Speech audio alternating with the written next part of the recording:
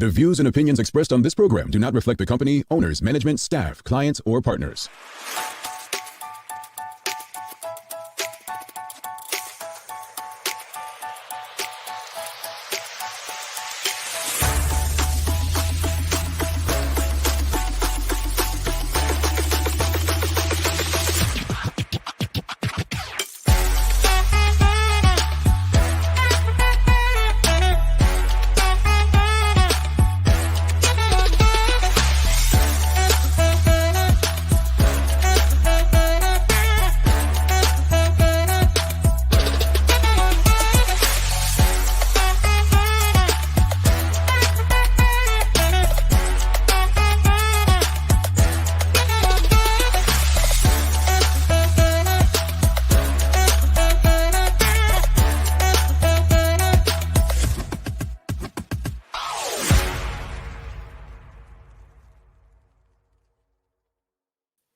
It's Thursday, the 13th day of May, 2021. Welcome to the Daily Hour, brought to you by Medical House One Communications and Lindos. I'm Jamal Hartman, along with Jackie Lambert. Thanks for making us part of your daily routine. If you're watching online, share the link. If you're on Facebook, start that watch party. If you're on Twitter, retweet it. If you're watching on Channel 82 or listening on the Full 100 radio station, call someone up. Let them know we're on. Just get the conversation out there to your network. And don't forget to like and engage with us. A good one today, as we have Chris Faria from Agra Living Institute coming on. This is another important conversation. Again, thanks to Tamara Richardson for the important conversation about sleep that we just normally won't have. This is another conversation involving important topics, food security and sustainability, that you probably just won't see in the news normally. So I'm sure we'll have a lot of questions and an engaging conversation with Chris. So looking forward to that. The Daily Play is a name that plays, so it's a very easy geography player for our tennis champion in studio. Hint, hint.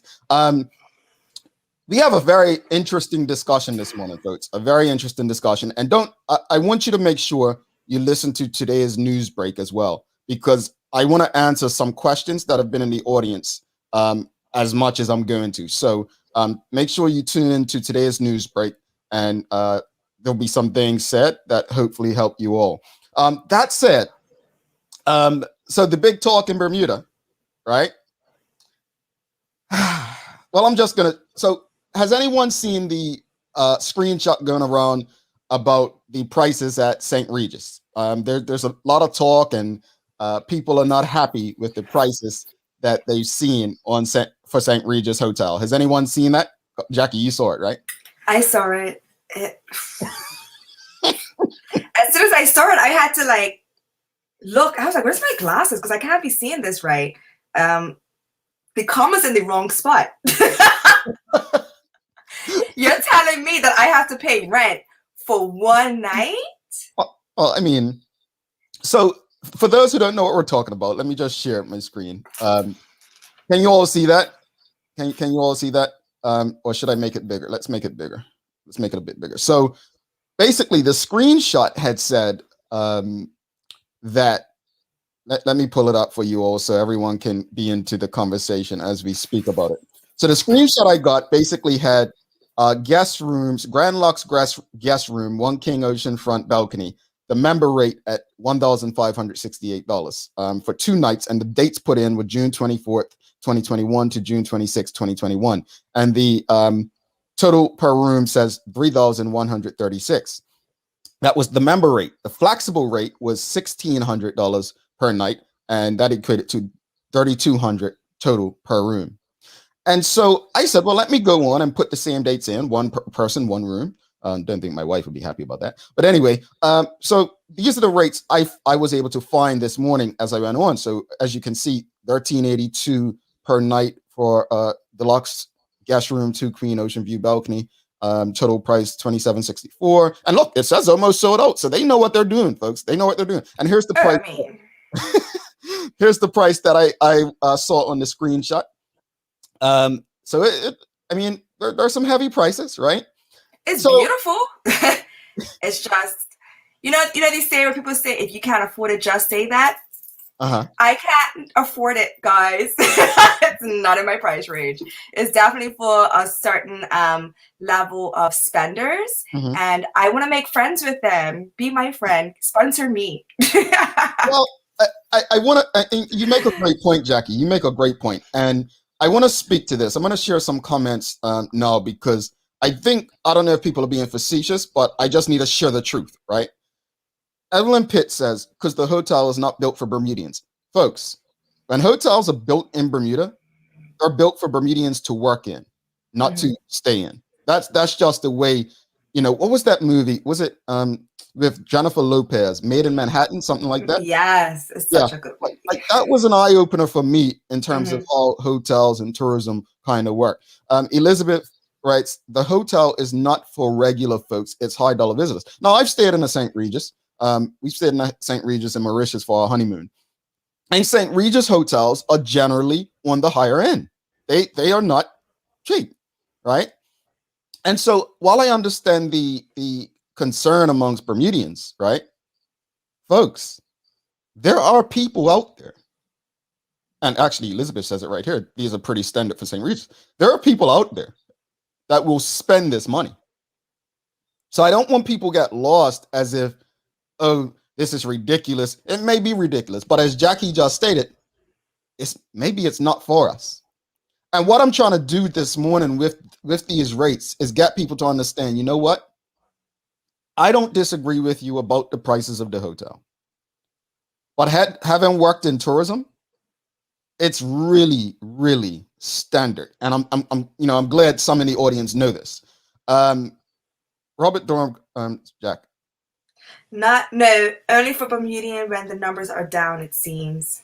Ah, so he picks up something good there, right? So now, Robert, you're onto something, because the truth is, when I always say a tourism product needs to be built around locals, right? Because when the visitors aren't coming, you need locals to sustain it. So I see you, I get you. Michelle White, Jackie. No, but I'm sure it's a price for the elite, not Joe and June public. That's cute. They know their guests' expectations. Well, here's the thing. And again, because when I worked in tourism, I had the opportunity to stay in a lot of luxury hotels, not obviously pay for it, but you get invited to different trade shows and so on. And there's definitely a market for it, folks. But if this hotel gets sold out regularly, this actually benefits all of us, Why does it benefit us? Well, remember, we've had hotel execs on this show before. And one of the key things that they discuss is why Bermuda doesn't have traditional all-inclusive hotels. If Bermuda had all-inclusive hotels, it would pretty much cripple our economy. It would cripple our economy. The point I'm making is, these folks that have the means to spend $1,500, $1,600, $1,700 a night at St. Regis, guess what? They're likely going to go over to White Horse and eat dinner, or Port of Call for a dinner, or Woody's for a fish sandwich. I'm not making excuses for the prices. I'm just trying to put things in context. Rick Olson states, pretty standard pricing, got the high-end properties around the world, especially in season. And that's it, Rick. I'm really just trying to honestly, I just want to have a conversation with the audience where they can understand and appreciate if they don't. Bobby Singh says it's industry standard for the St. Regis brand. So on that, what is a high-end hotel you've stayed in, Jackie? Oh gosh, the Hyatt in New York, which there's another one I stayed in when I was in New York, but I was young, so I don't even remember the name. But when I travel with my parents, it's a different level. But when I travel by myself, I usually just Airbnb it, but when I travel for tennis, it's usually low standard hotels as well, whatever the ITF will put us up in. But well, I mean, and the reason I asked is because someone asked, I think Sean Smith asked, what do you get for the price? What are the amenities? Well, Sean, let's revisit it. Let's see, right? So let's look and see if anything, what may be included in these prices. So I'm going to hit select, Should I hit member rate or flexible? Let's go flexible rate. All right. Let's go flexible rate. I'm hitting select. Oops, my session timed out. Look at that. Well, Sean, I guess I can't do it right now. But folks, I want to put in context because honestly, I love Bermudians and I love the product that Bermudians produce, which is the tourism product.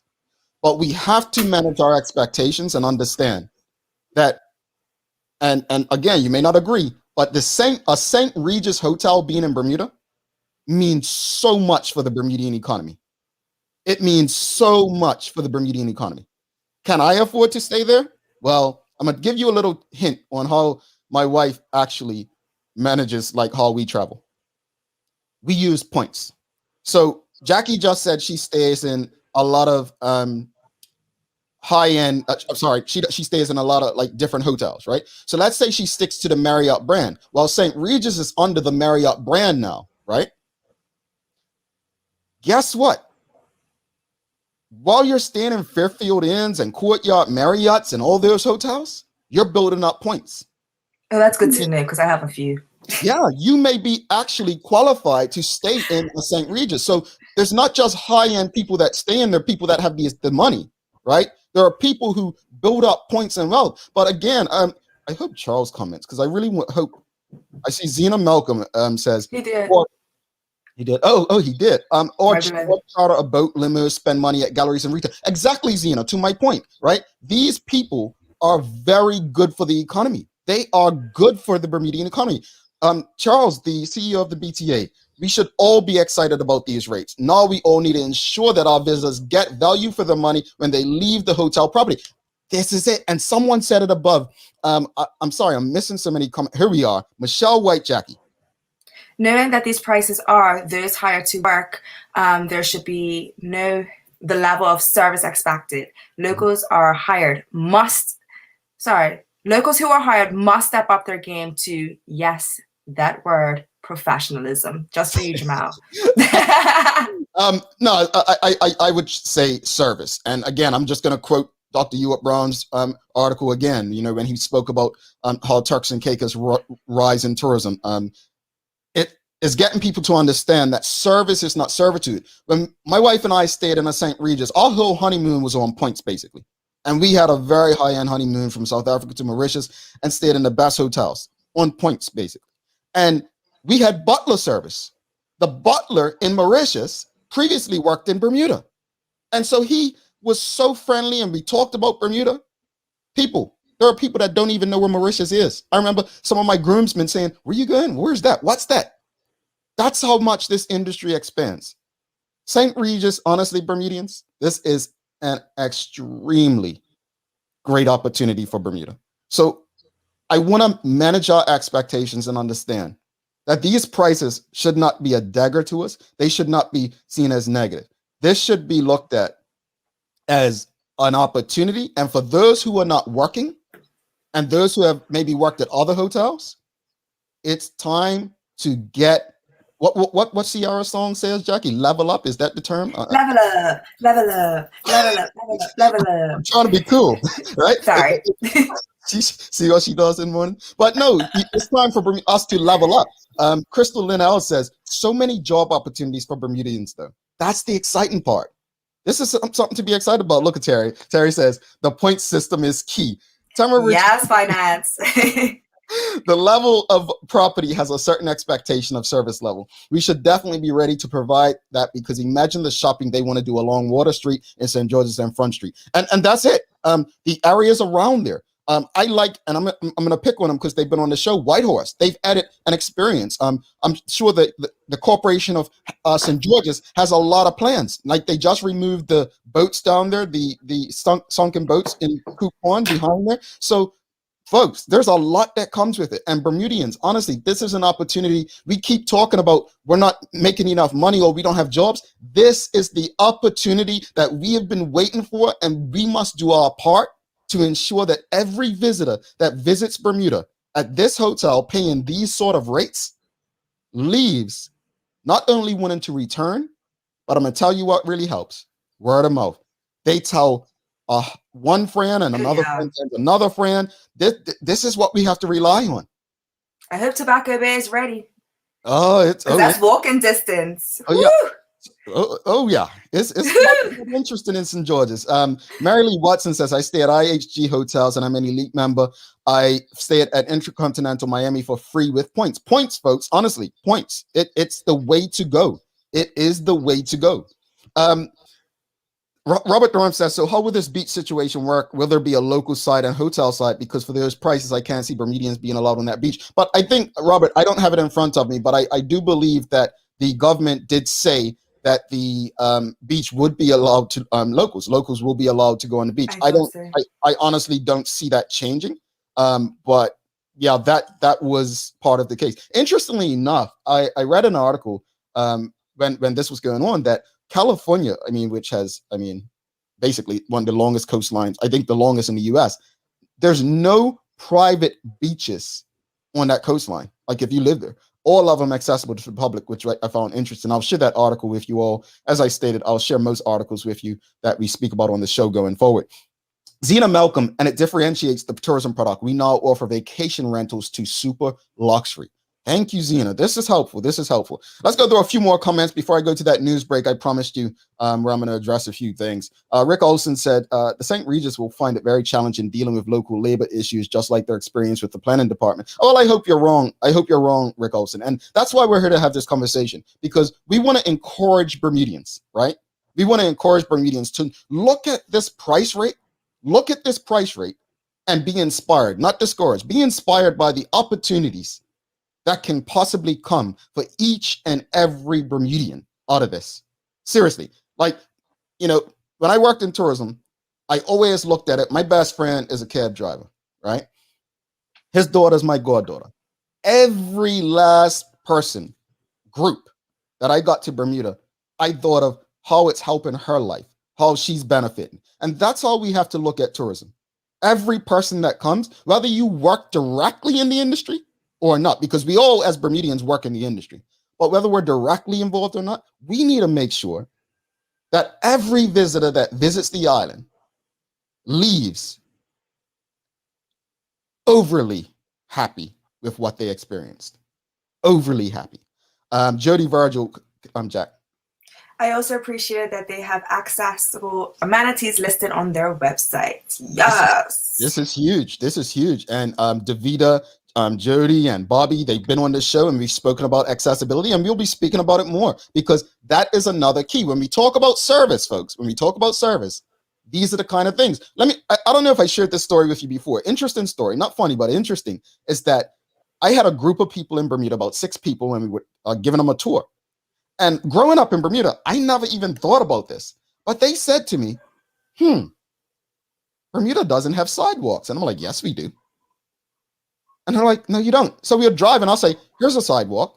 And then they'll be like, but there's not one right here. And they start, and I'm like, man, Bermuda really doesn't have sidewalks like a person like me thought, right?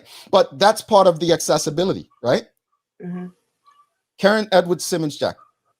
Yes, there's a local side, but will not accommodate the numbers of Bermudians who have used this beach traditionally. Sorry, I'm illiterate today. No worries. Rosalind Famous, I saw them painting at Tobacco Bay the other day. This is good. Tristan Lynn L said, did you see their issues with Department of Planning yesterday? Do you think they can still open on time? We hope so. I'm calling period. I'm calling progress. I'm calling positivity. I think this is going to be something special. This is an opportunity that Bermudians will take advantage of. This is going to benefit not just St. George's, but I believe it's going to be a great benefit to the island of Bermuda. So when I look at these prices, and I'll just go through them again, $13.82 for a deluxe room, queen, and flexible rate $14.10, and like these prices to me, we could go right down to the suite of $3,000 a month. These prices to me, honestly, say to me that there are people that want Bermuda. Now it's up to us as Bermudians to show them who we are and why we deserve their business and why we deserve the people that they're going to tell about Bermuda. So I honestly hope that this is the beginning of the change we'd like to see in the industry that we all love. So that's it for the tourism chat. Going to give a special news break, and then we'll bring Chris on. This is another important conversation. We talked about sleep yesterday, as I stated, right? Another important conversation as we talk about food security and sustainability. I mean, honestly, I wonder how many Bermudians regularly talk, Jackie, about if there's no cruise ships that can come to Bermuda, how long can we go to feed ourselves? I'm excited for this conversation because, again, it's something we don't normally speak about. It isn't. I'm excited too because I started my little garden and I have questions. All right, Gardener Jax. All right, quick news break. Let's go to it. Hold on.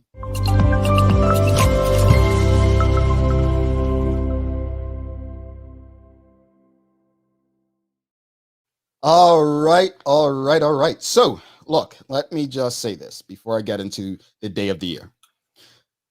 I want to touch on yesterday's show and the previous day.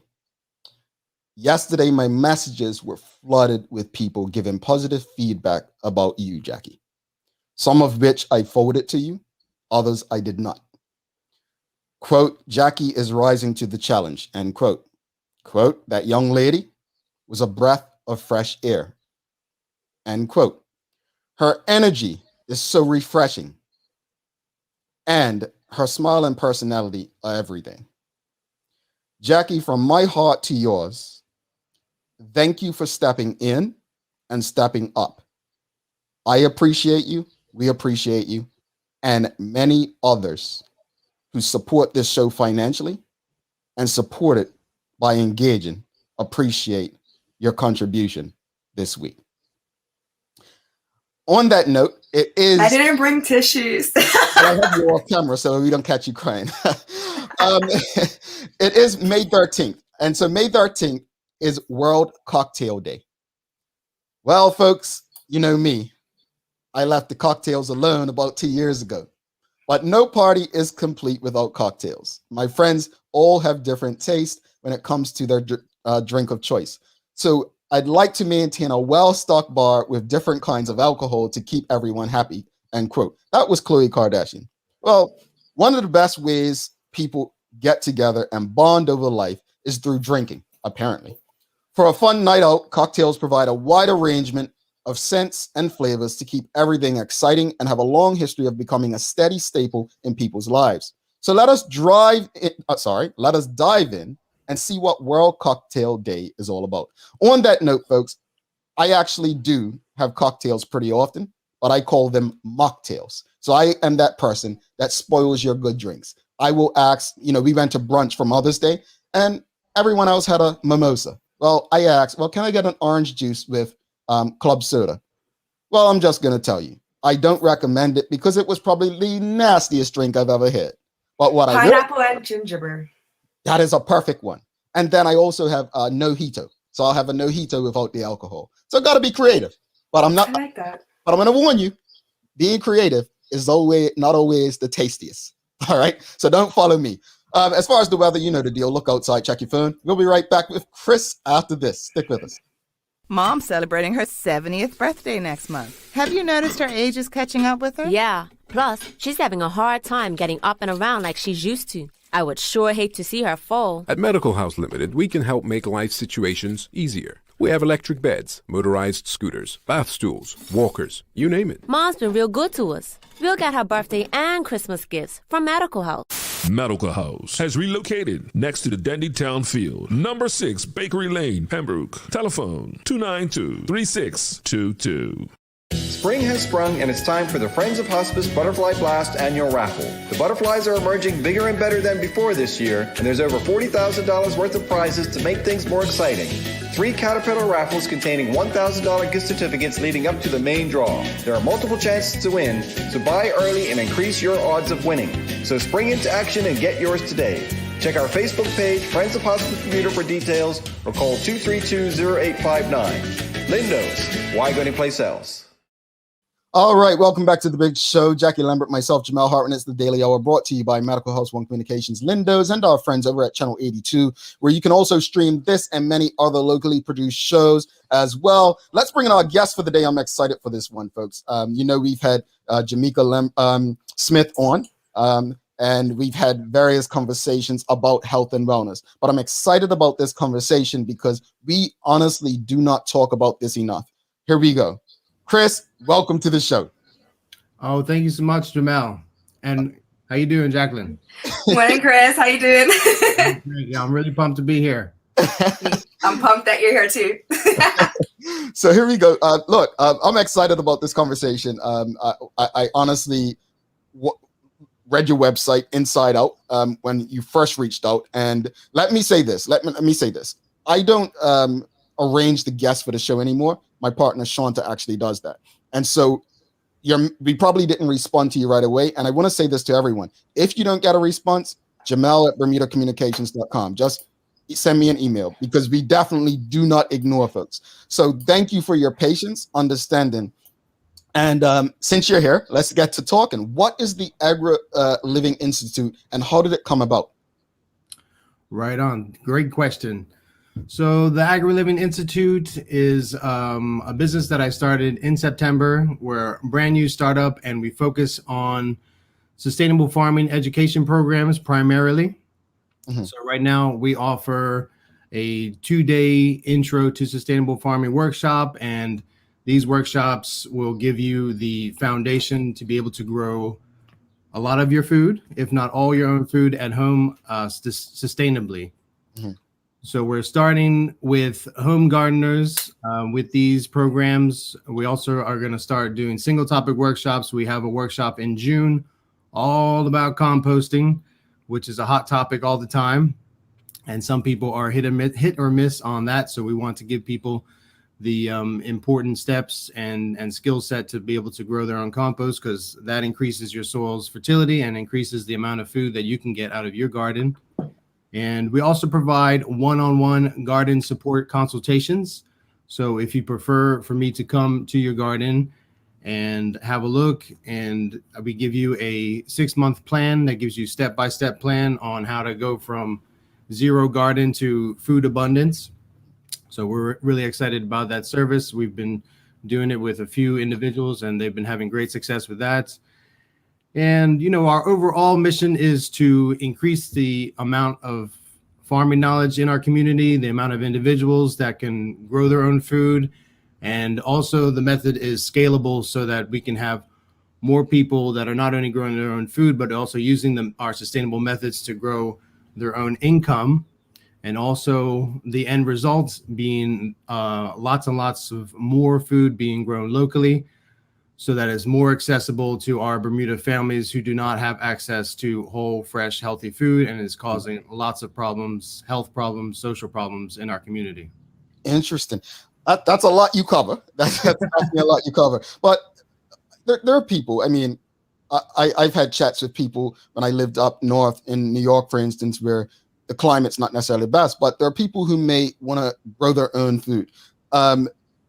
People living in New York necessarily don't really have any, yards, especially if you live in apartment buildings and so on. How would you advise someone with very limited space on growing their own crop? Yeah, our method that we teach is focused on growing in the ground, and we're all about, we grow soil as we grow food with our method. The method that I'm trained in is called Grow Biointensive. I'm a certified teacher. Mm-hmm. So that is based in growing in the ground, growing soil fertility, growing these plants. But we have participants in our workshop that either don't have a garden or they just live where there's a patio. So we also teach how to do this in containers. It's a little bit different. Growing in containers, you have to have a big enough container. It needs to be somewhere where it's getting enough light. And then also the growing medium that you have in the pot, like the potting mix, has to be the right potting mix. You can, to an extent, grow your own soil with containers like we do in the ground growing, but it's quite limited, obviously, because you're limited to this little box or pot. But it's definitely you can have success, but you can't really do it all the way with our sustainable method in the containers.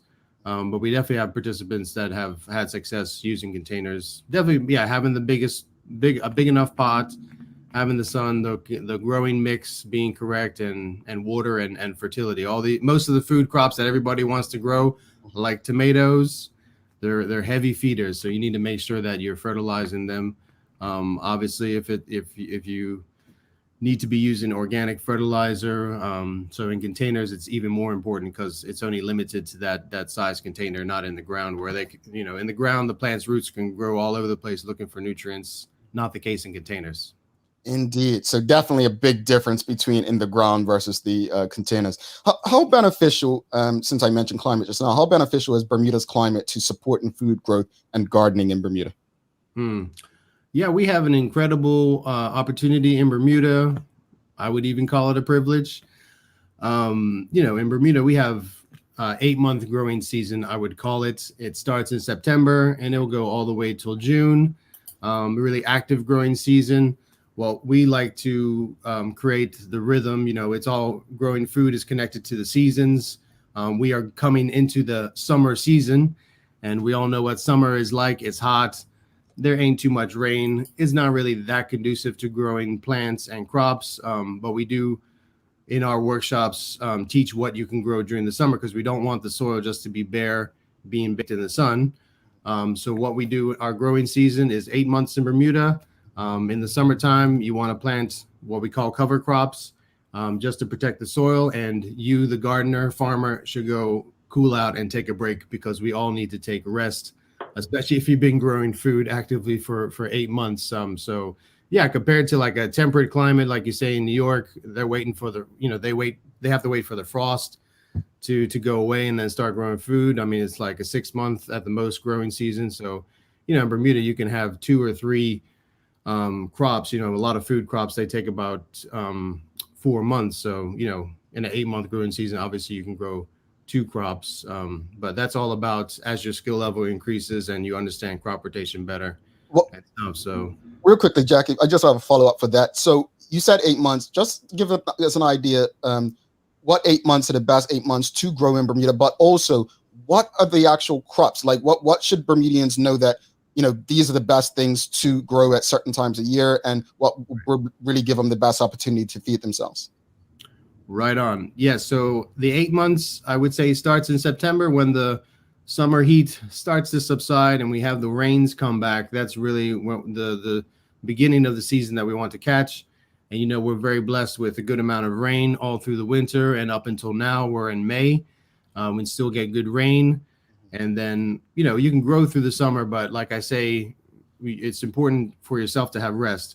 Mm-hmm. So we're in the summertime right now. Summer crops, everybody loves sweet corn is ideal for planting right now. Sweet potato, tomatoes, all your squashes, beans, anything that's heat loving. We have our own planting guide, the Agra Living Institute, and I've been meaning to get it on the website, but it always so many things to do. It gets lost in the list. But that, and then there's crops that we recommend to grow through the summer. Peanuts are something that's really easy to grow, and they are heat loving plants. So that's something you can plant in June and grow through the summer, basically. And you have your own peanuts, and they're really fun to grow. Really, all these things that grow underground, they're really fun to grow with your children because, it's kind of a surprise when you dig them up and you see kind of this. It's almost like gold when you dig up these things. Other summer crops, really popular in Bermuda has been Jamaican spinach or callaloo that they love. Summer heat, greens are, some in the wintertime, in the cool weather, there's lots of options for greens. In the summer, not so much. This callaloo, if you can get your hand on some seeds, they're really, really delicious and nutrient dense, and they love the heat in Bermuda. What else?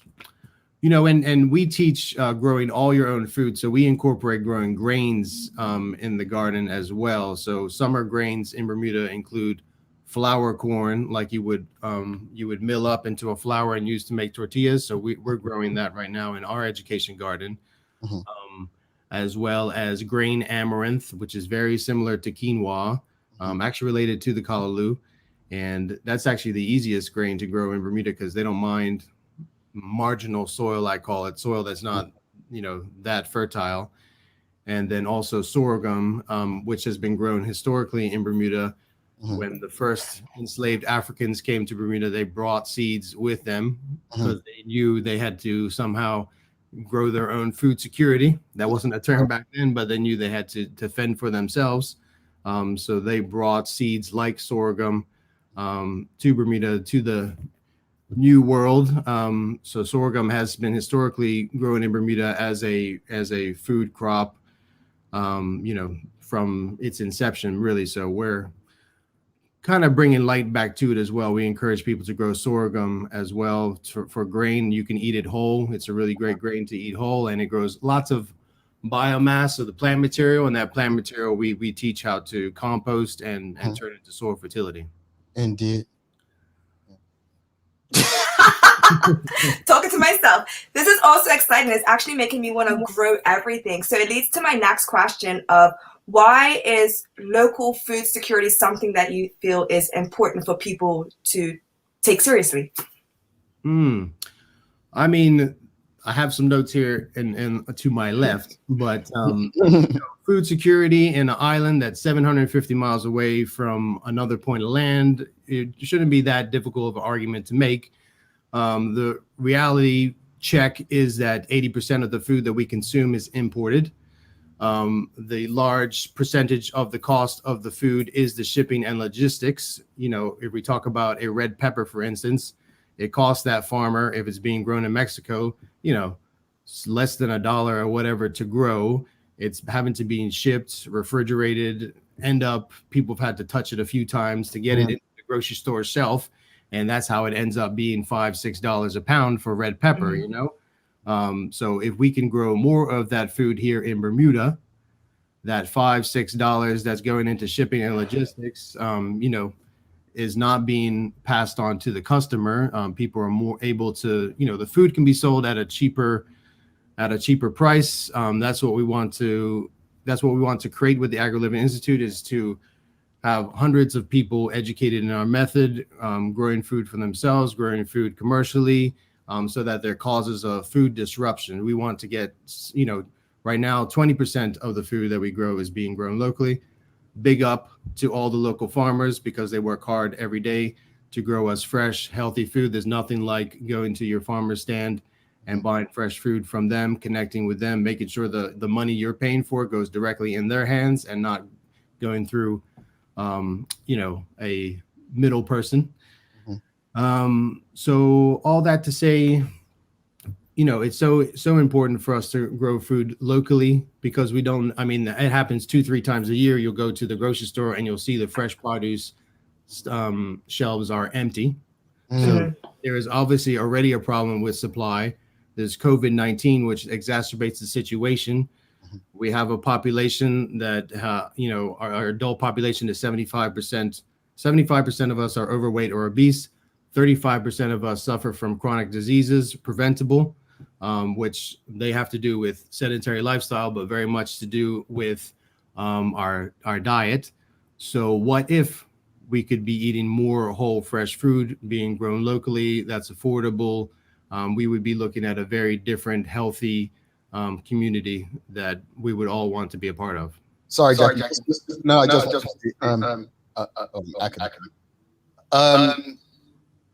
I wanted to say to you, Chris, the health aspect.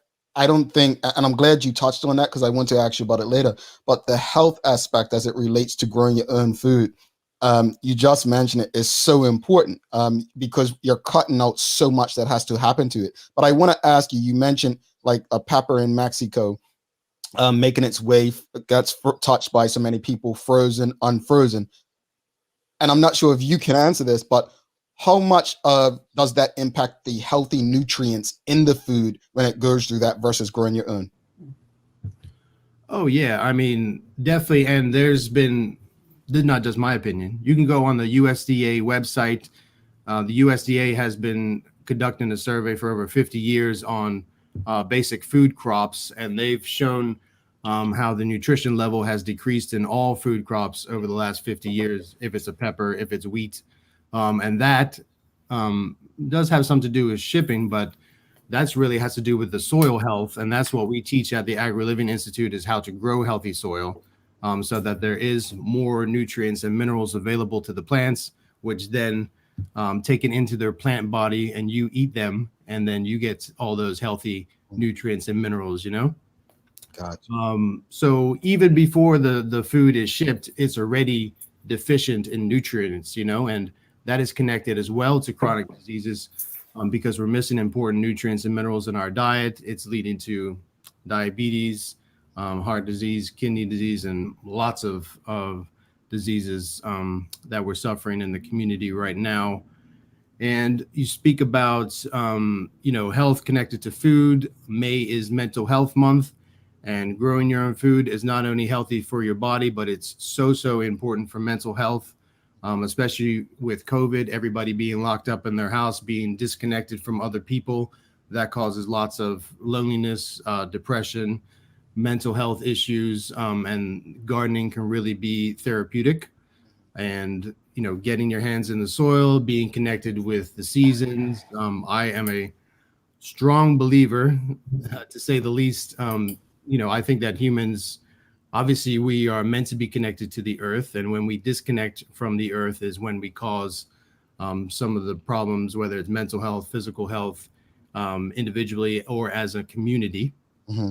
So, yeah, we encourage people, obviously, grow your own food, but it's also an opportunity to reconnect with the earth, which has great, mental health benefits. Simply getting soil underneath your fingernails causes your brain to release serotonin, which is an antidepressant. This is a physical reaction to soil, biological reaction to soil that every human has. So that must really say something about humans and our need or necessity for us to be connected to the earth. So, we're also offering not only people the opportunity to learn growing your own food, but an opportunity to reconnect again with earth. Indeed. I love all the knowledge you're spilling right now. So you spoke about population, you gave us numbers, and then you spoke about, we have to get out there and grow our own foods. With the amount of land accessible in Bermuda, how much food can we actually grow to feed the population? How much food do we need to grow to feed the population? Right on. Great question, Jackie. And I've been studying grow biointensive for over 5 years, and food security is naturally connected to this study as well. So I've been looking a lot at Bermuda's food security situation. So, fun fact for everybody in Bermuda today that you did not know until now is that, in Bermuda, we have lots of land zoning going on, which is great because it helps us to protect natural areas and overdevelopment. So we're all familiar with agricultural reserve is a land zoning. So agricultural reserve is land it can only be used for agricultural purposes. You can't build on it. You can't park your boat on it. Can't build a disco rink. But so there's 750 in total in Bermuda right now, and only 350 is being farmed presently, by the commercial farmers. So there's actually more agricultural reserve not in use than is being used right now. So, I grew up in Bermuda, and I grew up with the thinking that everybody has that, it's a small island. There's just not enough land to grow food for us here in Bermuda. So we should just work real hard to make a lot of money so we can afford it, which, is not the case for the majority of our families in Bermuda who are suffering because of COVID-19 and not having access to money to buy this food. So, more reason for us to be growing it locally. So there's almost 400 acres of unused agricultural reserve in Bermuda. Chris, how big is an acre? Nobody knows what the heck an acre is. So I've conveniently converted it into football fields. We all know about football, right? Mm-hmm. So it's the equivalent of 209 football fields of farmland that's not being used in Bermuda. Wow. Any of you home gardeners, you can go out in your garden, you see how much food that you grow in 500, 600 square feet. Imagine if you multiply that into a football field and then multiplied it by 209. There's no reason why we can't be growing 50% of the food that we grow in Bermuda. Even if we just talk about fresh produce, fresh vegetables, there's no reason that we shouldn't be growing 50 to 60% of the food here in Bermuda. The limiting factor in all this isn't the land, obviously, because we have the land, we have resources, there's money in Bermuda to invest towards this. What we lack are individuals that have the farming knowledge to use this land to grow food. That's what's happened in the last 100 years. We've moved away from agriculture, moved into tourism and into reinsurance, but now we've lost this vital human skill set to be able to grow our own food, and that's why all this land is unused and it's at risk of being redeveloped, of being rezoned. Many people that own this agriculture reserve, most of it is privately owned. These people want, a lot of these people want to rezone it into residential so they can build a house on it, apartment, a condo, so that they can have transgenerational wealth, it's called. But we want to show the true value of this land. It's the land's ability to grow and grow food for us and create a Bermuda that's self-sufficient. Chris got go ahead, sorry. Yeah, so Jackie, you asking me how much food. I mean, I have the numbers if you want to talk about it later. But yeah, 80% of the food is imported. Let's just talk about fresh produce that you buy in the produce section at the grocery store. No reason 60% of that shouldn't be grown in Bermuda. If you just look at zucchini, zucchini is imported in Bermuda. It can grow in Bermuda. The broccoli.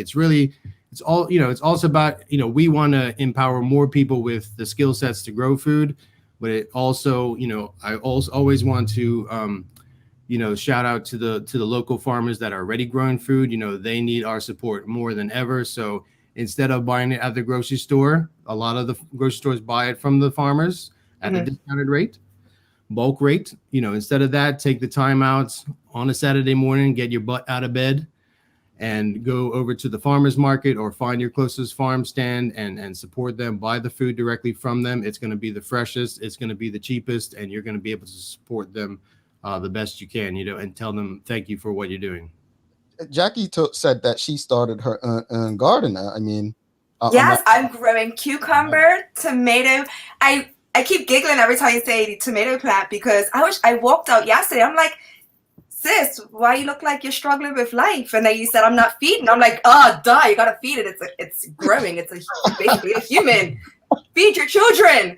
So I was just like, yeah, I do have a compost because I've been juicing. So I take these shavings and the excess stuff and I dump it in soil and I fill it and I grind it up. So then I'm like, oh, right, the whole reason I'm doing this is to add it to my plants. I'm doing thyme, doing a lot of herbs and spices as well. So thank you for helping me remember to feed my little ones.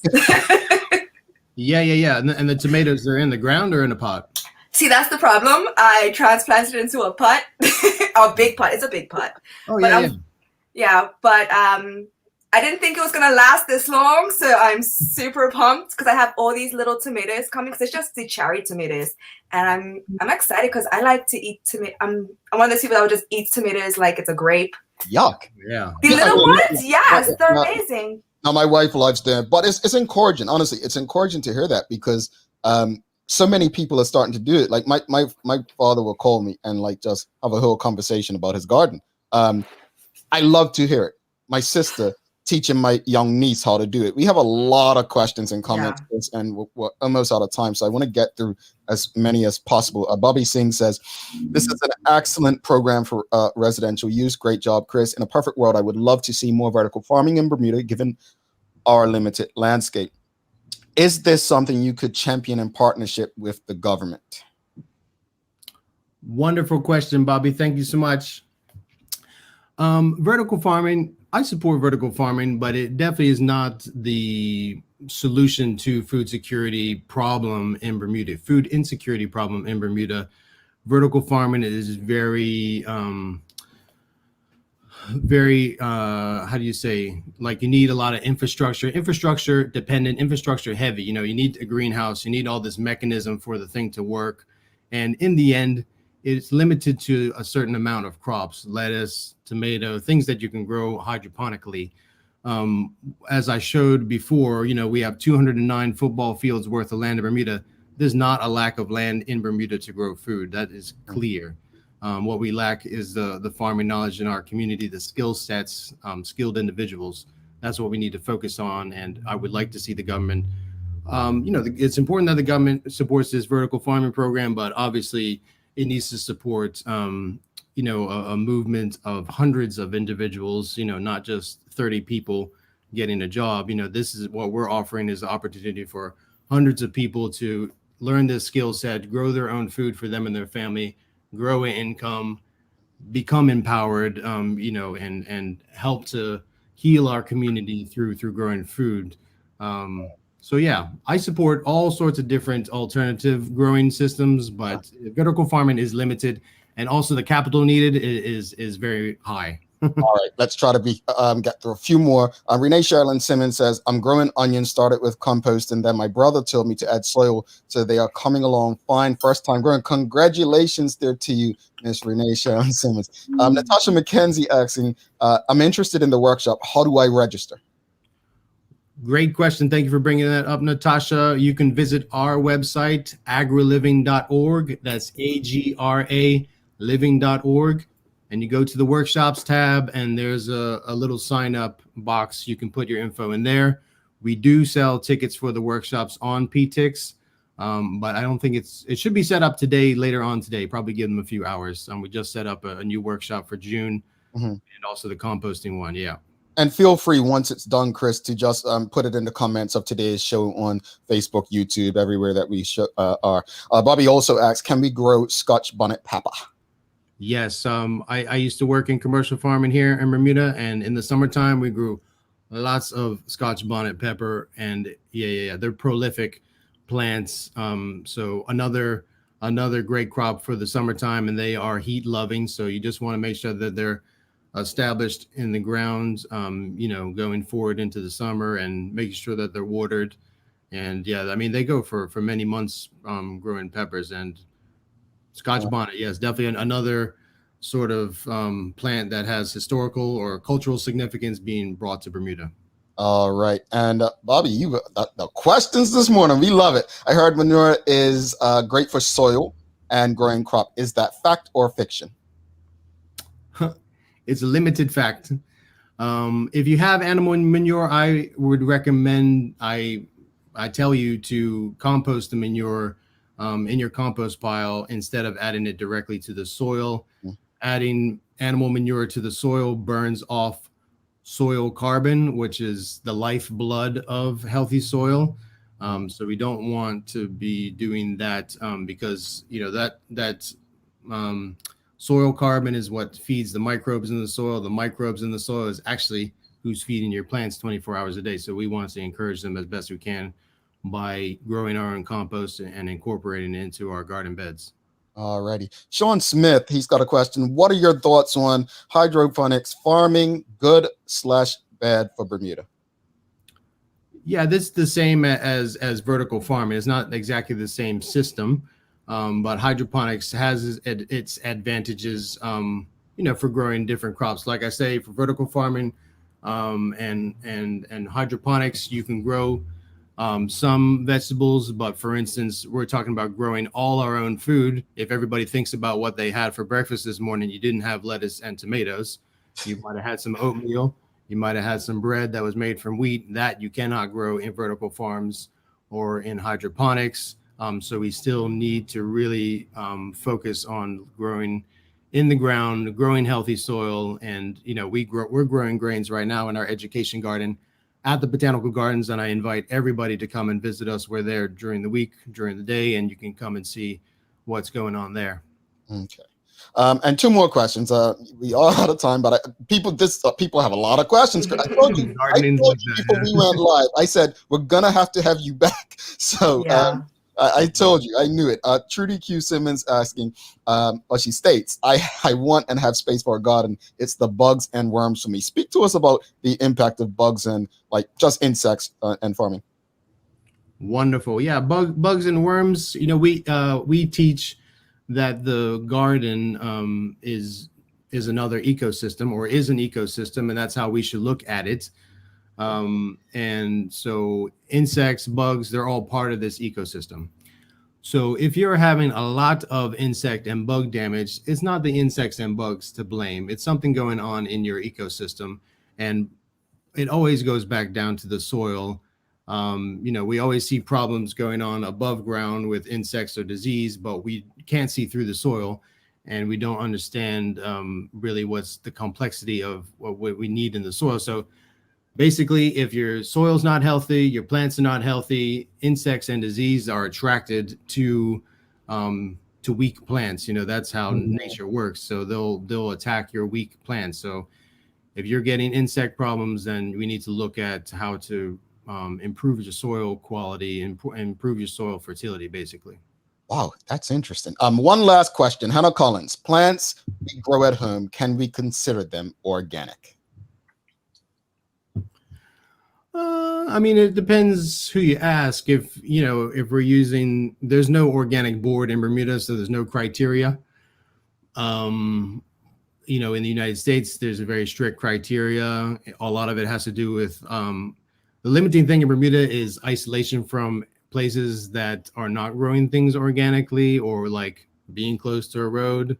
We're in this little sliver of a land in Bermuda, so you're never going to be far enough away, like using USDA organic standards, you know. But if you're growing it at home using organic fertilizers, then you can consider your food organic. Then we talk about seeds. You know, obviously there's no GM seeds in Bermuda, so we don't need to worry about that. So yeah, I would think if you're organic is such a we can have a show about organic all in its own, innit? Yeah. I mean, what we teach is sustainable farming. So it grows organic food because we don't use any chemicals. You know, and it's growing. We're growing soil fertility as we grow along. I mean, growing things sustainably, I argue, is more important than trying to grow things organically, basically. Because it's better, more beneficial for the environment to grow it sustainably. Organic farming can actually be is still detrimental to the environment and to the soil, because they have to they need to still get fertility from other places to boost the fertility in their farm. You know, if you're talking about using animal manure, that animal has had to been grown somewhere. The feed for that animal has had to been grown somewhere else. That farm that grew the feed every year is getting depleted from nutrients. So it's really about creating closed loop system of fertility, and that's what we teach in our workshops. Chris Faria, founder of the Agra Living Institute, thank you so much for coming on this platform and having this conversation. We could literally go for another couple hours, but we're definitely going to have you back. I'll have Sean to reach out to see what your schedule's like in June. So thank you. Thank you, Jackie. Appreciate it. Talk soon. Peace. Bye. All right. If you enjoyed that conversation with Chris from Agra Living, please give us a thumbs up, a love, a like, show him some love. That was an awesome conversation. And honestly, you know, the theme of this show, it's no theme necessarily, but health, wellness, it just continues. Hopefully you all find these conversations helpful. Thanks again to Chris. We'll definitely be continuing that conversation. We're going to take a quick break. We'll come back with the daily play and send you off for your day with a daily inspiration. Don't go anywhere.